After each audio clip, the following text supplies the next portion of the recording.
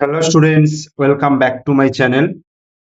আজকে আমরা এই ভিডিওর মাধ্যমে পড়ব ক্লাস 4 এর রায় ও মার্টিন প্রশ্নবিচিত্রা 2026-এর দ্বিতীয় পর্যায়ক্রমিক মূল্যায়নের জন্য গণিতের 11 নম্বর প্রশ্নপত্র। গণিতের 11 নম্বর প্রশ্নপত্র 10 নম্বর প্রশ্নপত্র পর্যন্ত আমাদের হয়ে গেছে। এটা তোমরা যদি না দেখে থাকো তাহলে এই ভিডিওর ডেসক্রিপশন বক্সে প্লে লিস্টের লিঙ্ক আছে, সেখান থেকে তোমরা ওই ভিডিওগুলো একটা একটা করে দেখে নেবে। তো আজকে আমি শুরু করছি 11 নম্বর প্রশ্নপত্র। তো একের দাগের কি বলছে? বলছে নিচের প্রশ্নগুলির সঠিক উত্তর লিখতে বলেছে। সমান 3 ভাগের 1 ভাগ, মানে কোনো একটা জিনিসের 3 ভাগের 1 ভাগকে আমরা কিভাবে লিখি? 1/3, 3 ভাগের 1 ভাগ। 6 মিটার 30 সেন্টিমিটার সমান কত সেন্টিমিটার? 6 metre 30 centimetre. দেখো 6 মিটার মানে হচ্ছে, দেখো 1 মিটার মানে হচ্ছে 100 সেন্টিমিটার। আমরা জানি মিটার ডেসি সেন্টি, দু ঘর যাচ্ছে, তাহলে 1 মিটার মানে হচ্ছে 100 সেন্টিমিটার। তাহলে এখানে 6 মিটার আছে, 6 মিটার মানে 100 গুণিত 6 মানে 600 সেন্টিমিটার। তার সঙ্গে আরো 30 সেন্টিমিটার যোগ হবে, তাহলে এইটা হয়ে যাবে 630 সেমি। এরপরে বলছে ফাঁকা ঘরে গ্রেটার দেন চিহ্ন অর লেস দেন চিহ্ন বসাতে বলেছে। এখানে দেখো 5/10 আছে, এখানে 7/10 আছে, মানে 10 ভাগের 5 ভাগ আবার 10 ভাগের 7 ভাগ। নিশ্চয়ই 10 ভাগের 7 ভাগটা বড়, 5 ভাগটা ছোট, তাহলে এইভাবে চিহ্নটা হবে। 1/10 আর 1/20, মানে 10 ভাগের 1 ভাগ আর 20 ভাগের 1 ভাগ, কোনটা বড়? নিশ্চয়ই 10 ভাগের 1 ভাগটাই বড় হবে। 1/20টা ছোট, অর্থাৎ নিচে ওপরেরটা যদি সেম থাকে আর নিচে যত বেশি হবে তত ভগ্নাংশের মানটা কমে যাবে।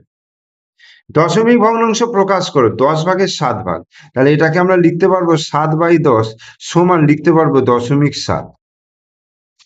5/5 অংশ সমান কত অংশ? 5/5 মানে হচ্ছে, মানে 5 ভাগেরই 5 ভাগ, তাহলে 1 অংশ। এবার দুইয়ের দাগের নিচের প্রশ্নগুলির উত্তর দাও। 155 সেমি সমান কত মিটার কত সেমি? দেখো একটা একটা করে আমি খাতাই করছি, ভালো করে লক্ষ্য করো অঙ্কগুলো। পরীক্ষার খাতায় কিন্তু অঙ্কগুলো আসতে পারে, ঠিক আছে? তাহলে 155 সেমি, 155 সেমি সমান কত মিটার? তাহলে আমি এটাকে লিখতে পারবো, দেখো 100 সেমি যুক্ত 55 সেমি, 100 সেমি যুক্ত 55 সেমি। তাহলে 100 সেমি মানে হচ্ছে 1 মিটার, আর 55 সেমি মানে হচ্ছে 55 সেমি থাকবে। তাহলে 1 মিটার 55 সেমি হয়ে গেল, 1 মিটার 55 সেমি। এবার ক্ষয়ের অঙ্কটা দেখো কি বলছে, 15টি কলার 3/5 অংশ সমান কত? 15টি কলার 3/5 অংশ, দেখো ভালো করে, 15টি কলার 3/5 অংশ সমান 15 গুণিত 3/5। কলার মানে এর সঙ্গে গুণ হবে, ঠিক আছে?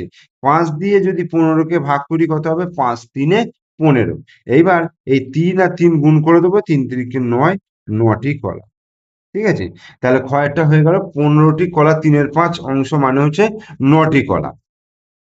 এবার গয়ের অঙ্কটা দেখো, বিয়োগ করতে বলেছে। 1 বিয়োগ 9/38, 1 বিয়োগ 9/38, এটা বিয়োগ করতে বলেছে। দেখো এই একটাকে আমরা লিখতে পারবো 38/38, যেহেতু এই নিচে 38 রয়েছে, তাই এটাকে আমরা লিখতে পারবো 38 ভাগের 38 ভাগ, মানে 1 অংশ, বিয়োগ 9/38। এইবার নিচে 38 হলো, দুটোরই 38 রয়েছে, আর উপরে কি হচ্ছে 38 বিয়োগ 9, তার মানে হচ্ছে 29/38। এত।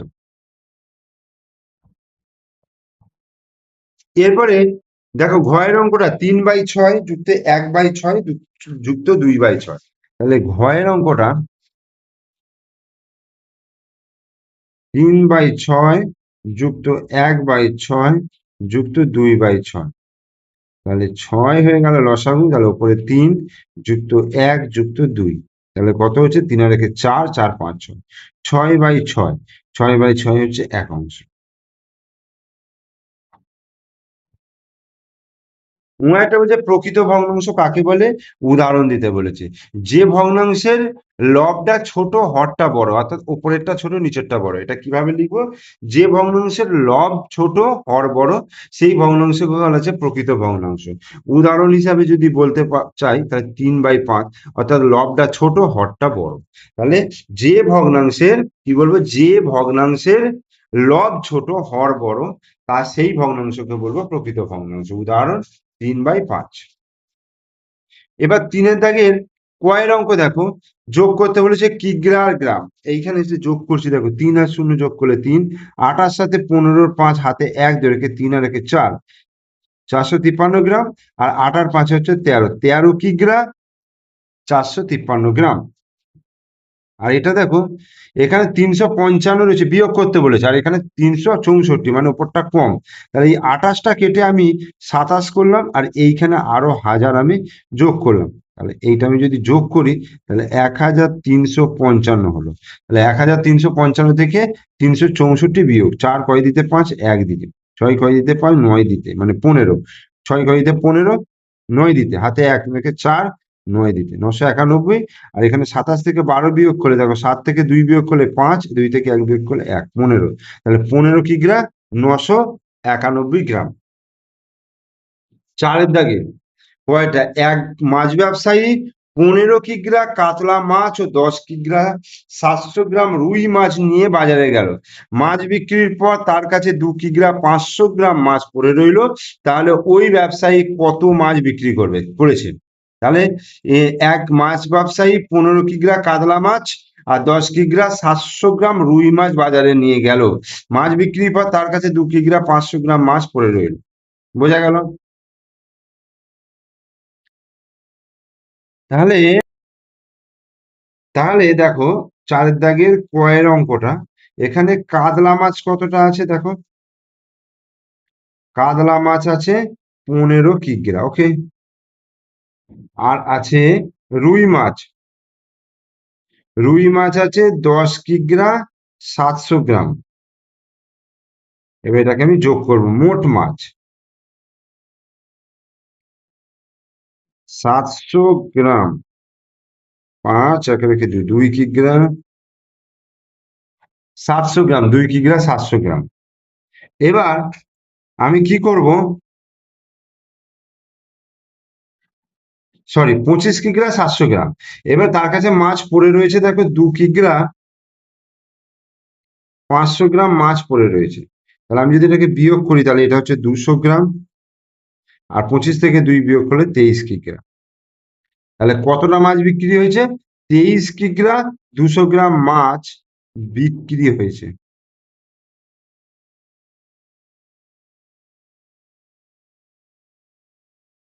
এবার ক্ষয়ের অঙ্কটা, তোমার উচ্চতা 1 মিটার 21 সেমি, তোমার বোনের উচ্চতা 91 সেমি, তুমি বোনের থেকে কত বেশি লম্বা।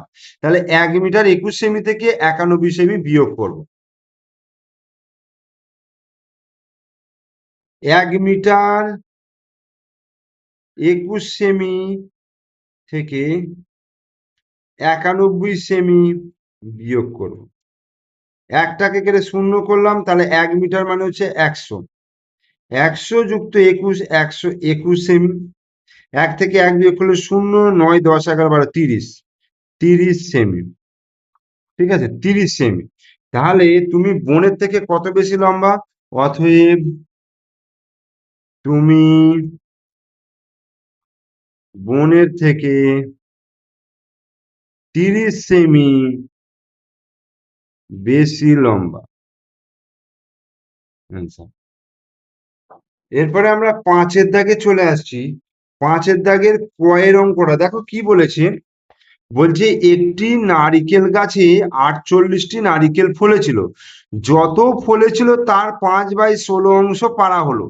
কটি নারকেল পাড়া হলো, গাছে কটি নারকেল রইলো। কি বলছে, একটি নারকেল গাছে 48টা নারকেল ফলেছিল, যত ফলেছিল তার এত অংশ পাড়া হলো। কটি নারকেল পাড়া হলো, গাছে কটা রইলো। দেখো, মোট নারকেল হচ্ছে 48টা, তাহলে পাড়া হলো 5/16, তাহলে নারিকেল পাড়া হলো, নারিকেল পাড়া হলো 48 গুণিত 5/16, 16 দিয়ে যদি 48কে ভাগ করি, 3 × 16 48, 3 × 5 15, ঠিক আছে। আর 3 × 5 এতটি নারকেল পাড়া হলো এতটি। আর গাছে কটা রইলো, তাই তো? কটি নারকেল গাছে রইলো, তাহলে গাছে রইলো মোট ছিল 48টা, তাহলে 48 বিয়োগ 15, 5 আর 3 আর 3 আর 1 4, 4 থেকে 1 বিয়োগ করলে 3, 33টি, 33টি, ঠিক আছে। তাহলে 33টি নারকেল গাছে রইল।